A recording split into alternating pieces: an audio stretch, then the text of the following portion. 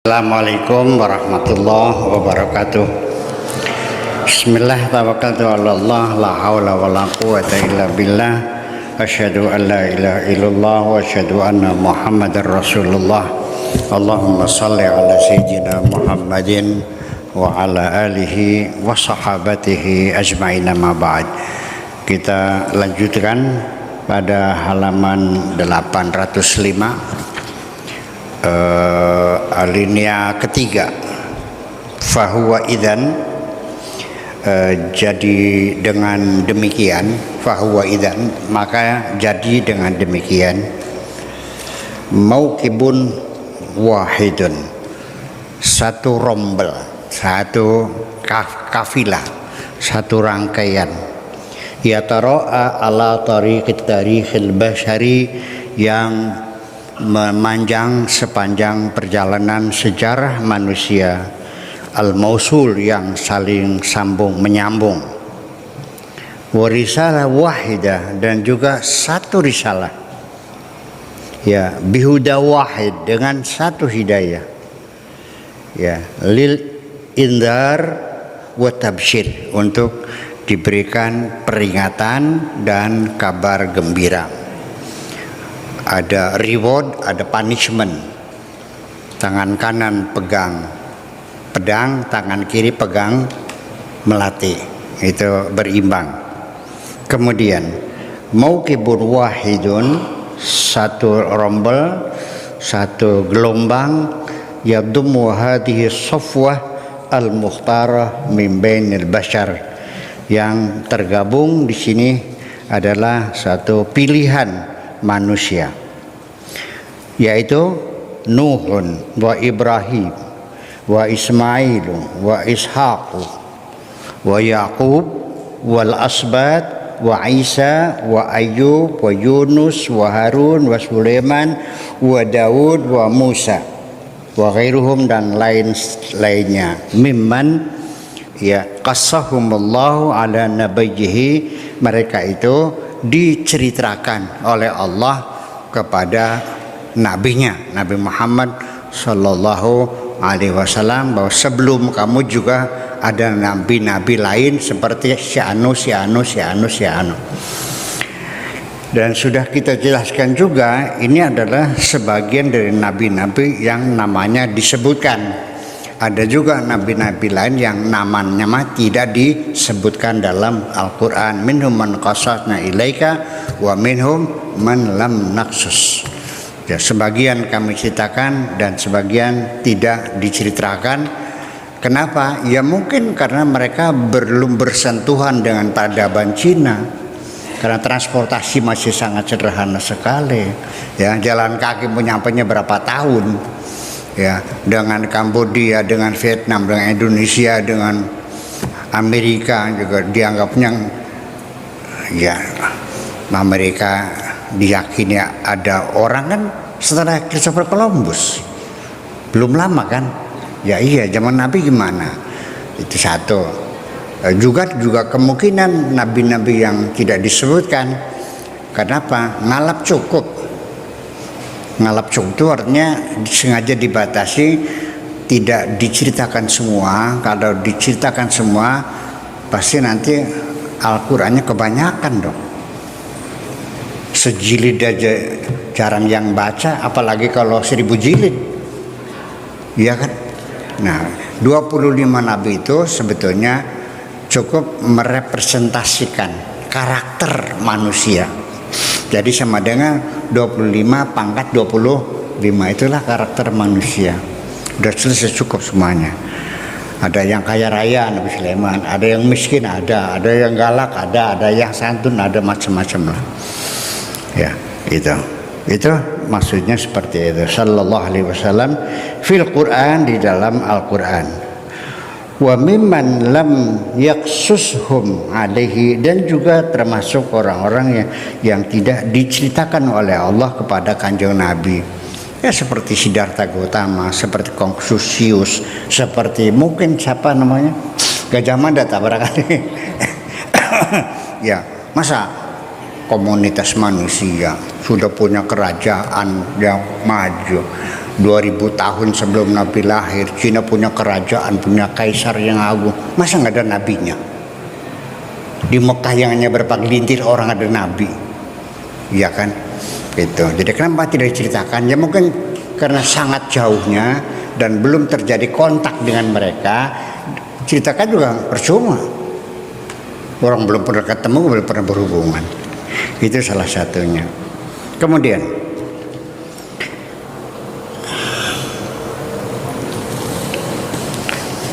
mauqibun min syatal aqwam wal ajnas, yaitu satu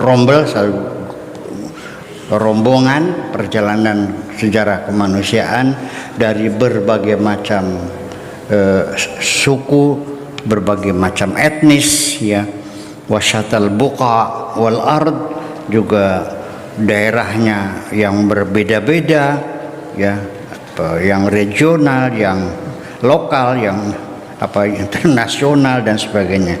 Fi syatal awinati wal azman, di segala waktu dan segala zaman yang berbeda-beda, dan syariatnya juga ya berbeda-beda, ya sangat kondisional sekali. Zamannya Kanjeng Nabi Adam, ya kakak adik, kakak kandung, adik kandung boleh kawin, dikawinkan. Kenapa boleh? Ya belum ada orang.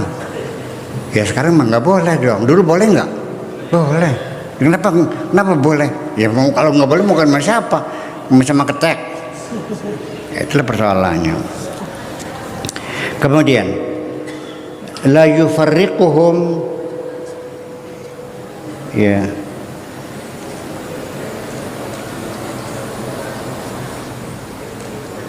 nasabun wala jins, ya, dan juga tidak dibeda-bedakan antara turunan dan suku, ras dan sebagainya. Wala ardun wala watanun, negerinya apa, pulaunya apa, negaranya apa, nggak dibeda-bedakan. Wala zaman wala bi'ah, ya, eranya era apa, fase apa, kemudian milieunya di mana, lingkungannya di mana. Kulluhum atin min dalikal masdaril karim, semuanya mereka itu para nabi datangnya dari sumber yang mulia itu, yaitu Allah Subhanahu wa taala. Wa kulluhum, dan semua merekanya, yahmilu dzalika nurul hadi, semuanya sama-sama membawa cahaya petunjuk dari Allah.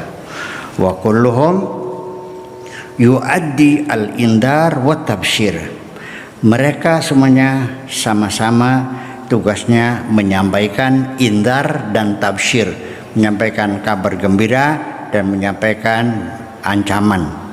Wa kulluhum yuhawilu an ya'khudha bizimamil qafilatil basyariyati ila dzalikan nur, dan mereka para nabi itu semuanya sama-sama berusaha untuk mengendalikan kafilah kemanusiaan menuju cahaya yang terang. Sawa'un minhum man ja'a, sama di antara mereka yang datang, ya, di asyiratin, datang untuk satu keluarga, nabi yang kelasnya keluarga, wa man ja'a liqaumin, atau seorang nabi yang tugasnya untuk satu kaum, satu masyarakat, wa man ja'a li madinatin, atau nabi tugasnya hanya untuk mengcover satu kota. Macam-macam juga, ya, wilayah tugasnya yang berbeda-beda, ya. Kemudian seperti nabi-nabi orang Yahudi, ya tugasnya untuk orang Yahudi aja, lainnya enggak. Yang bersifat universal itu klaim tentang tugas risalah yang universal itu untuk seluruh alam semesta adalah Kanjeng Nabi Muhammad Shallallahu Alaihi Wasallam. Sehingga seorang nabi yang diutus di Mesir, pada yang sama ada nabi lagi yang ada di Syam, di Lebanon umpamanya. Ya ini ada syariatnya, ini ada syariatnya, ini nabi pada zaman yang sama, biasa. Tapi begitu nabi turun, selesai, semua risalah selesai. Hanya satu risalah sebagai namanya risalah penutup. Dan setelah itu tidak ada lagi nabi setelah Nabi Muhammad. Makanya la nabi ba'da khatamul anbiya wal mursalin, ya nabi dan rasul yang penutup. Setelah itu tidak ada nabi lagi, hanya kanjeng Nabi Muhammad sallallahu alaihi wasallam. Itu menja'a linasi ajmain. Kemudian ada lagi nabi yang ditugaskan untuk menyampaikan berita kepada seluruh umat manusia. Ada nabi yang ditugas untuk keluarganya, ada nabi yang ditugas untuk bangsanya, ada nabi yang ditugas untuk orang sekota, ada nabi yang ditugaskan untuk seluruh umat manusia. Siapa itu? Kanjeng Nabi Muhammad sallallahu alaihi wasallam. Muhammad Rasulullah sallallahu alaihi wasallam, khatamul nabiyyin. Oke. Sampai situ saja dulu. Kita sepakati bahwa Nabi Muhammad itu adalah khatamul anbiya, khatamun nabiyyin, nabi penutup. Artinya penutup itu setelah beliau tidak ada nabi lagi. Maksudnya apa? Jadi mungkin saja ini ada orang beranggapan bahwa dengan ditutupnya para nabi, dengan Nabi Muhammad yang dinobatkan sebagai nabi penutup, nabi terakhir, setelah itu tidak ada nabi lagi, ya, dengan pengertian bahwa agama yang dibawa kanjeng Nabi adalah agama terakhir yang sudah final, ya, menuju kesempurnaan, sehingga diyakini bahwa agama Islam adalah agama yang sempurna. Itu menjadi isu besar sekarang ini, masalah Islam sempurna atau tidak tuh. Ya, yang emosi ada ketika ada yang menyebutkan Islam tidak sempurna, yang marah ada. Iya, tapi kan belum teruji, belum pernah dia dilakukan debat nasional, debat publik. Siapa yang mengatakan Islam sempurna, silakan duduk di sini. Yang Islam tidak sempurna di sini, ya berdebat, silakan ditonton oleh seluruh bangsa, seluruh umat Islam di dunia. Itu aja kan persoalannya, betul nggak? Jangan saling salah menyalahkan. Ketemu aja belum, kena juga enggak kok. Iya, kita sepakat Nabi Muhammad adalah nabi yang terakhir. Apakah menunjukkan bahwa agama sudah sempurna? Itu kan kita bicarakan. Bagi yang mengatakan sempurna, dalilnya ada. Al-yawma akmaltu lakum dinakum wa atmamtu alaikum ni'mati wa raditu lakumul islama dinan.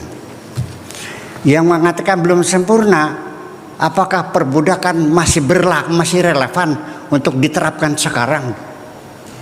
Islam tidak pernah melarang perbudakan. Malah ketika Saudi melarang perbudakan, didemo oleh rakyatnya. Kenapa raja melarang perbudakan? Tuhan tidak melarang.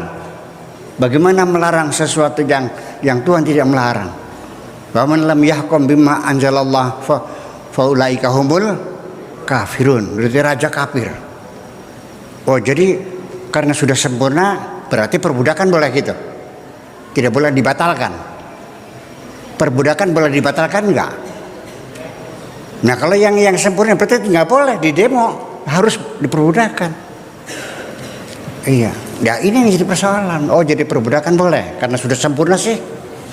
Jadi hukum-hukum Tuhan itu tidak boleh disempurnakan, tidak boleh dibatalkan, tidak boleh dibekukan, tidak boleh direvisi, harus dibenang. Begitu maksudnya. Nanti seorang suami boleh mukul istri? Boleh nggak suami mukul istri? Nggak boleh. Wallati takhafuna nusuzahunna fa'iduhunna wajruhunna fil madaji wadribuhunna. Seorang suami kalau istrinya nusus, membangkang, diajak tidur nggak mau, nasihati. Kalau nggak, ya pisah ranjang dulu. Kalau nggak, pukul, wadribuhunna. Boleh, suami mukul istri, tak tangkap sama saya. Tapi Al-Quran mengatakan wadribuhunna, boleh pukul. Oh, Tuhan mengizinkan, kenapa kamu melarang? Pokoknya saya tangkap. Nggak ada urusan. Ada undang-undangnya kok, KDRT, betul nggak? Betul. Jadi masih relevan laki-laki mukul istrinya. Nah, itu kan persoalannya. Jadi konsekuensinya ketika Anda mengatakan Islam sempurna, berarti perbudakan boleh, betul nggak? Beli cewek boleh nggak? Boleh, milkul yamin. Wa in khiftum alla taqsitu la ta'dilu fawahidatan aw ma malakat aimanukum. Kalau nggak bisa berbuat adil, ya udah satu aja, nggak usah poligami. Kalau satu nggak kuat juga, sudah beli perempuan aja. Boleh beli perempuan, masih relevan. Begini, yang mengatakan solihun fi kulli zaman wa makan siapa? Yang mengatakan Islam relevan di segala zaman, segala tempat, itu namanya Hasan al-Banna, pemimpin Ikhwanul Muslimin. Dikatakan ketika Kongres Ikhwan Muslimin yang kedua di Mesir, solihun fi kulli zaman wa makan. Dikiranya sabda Rasulullah itu kata Hasan al-Banna, paham dikit. Nah itu menjadi persoalan. Oke. Kemudian yang terakhir sebagai kesimpulan, ya silakan kalau nggak cocok datang ke sini, betul nggak? Saya hormati. Ya kalau perlu hotelnya saya bayari, transportnya saya ganti semuanya. Percayalah, kalau ya Anda ingin mencari kebenaran, begitu kan? Tapi kalau Anda ngomong di YouTube, ya menyebut saya sakur, kafir dan sebagainya, dan nyuruh saya bersyahadat lagi karena sudah dianggap murtad, ya itu kan nggak layak, betul nggak?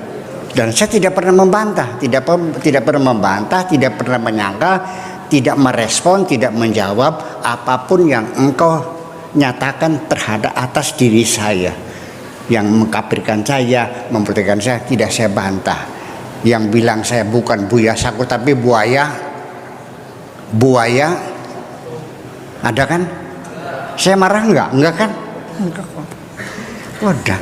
Terus gimana? Iya gitu. Artinya bukan Anda menuduh saya murtad.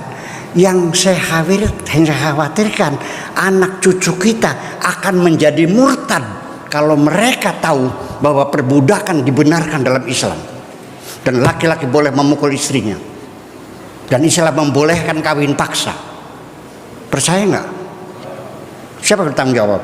Kamu yang berdosa kalau mereka pada murtad. Betul nggak? Iya dong. Anak cucu kita semakin pinter loh. Ya, kita sekarang nggak bisa mengelak kecuali kita hanya ikut beserta dunia mengawal hak asasi manusia, betul nggak? Lah iya gimana lagi?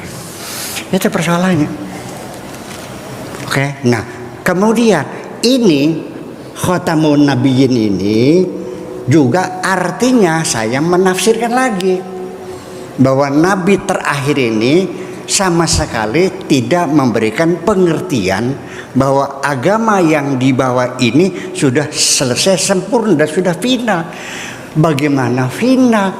Yang agama mengatur kehidupan manusia, sedangkan kehidupan manusia terus berkembang.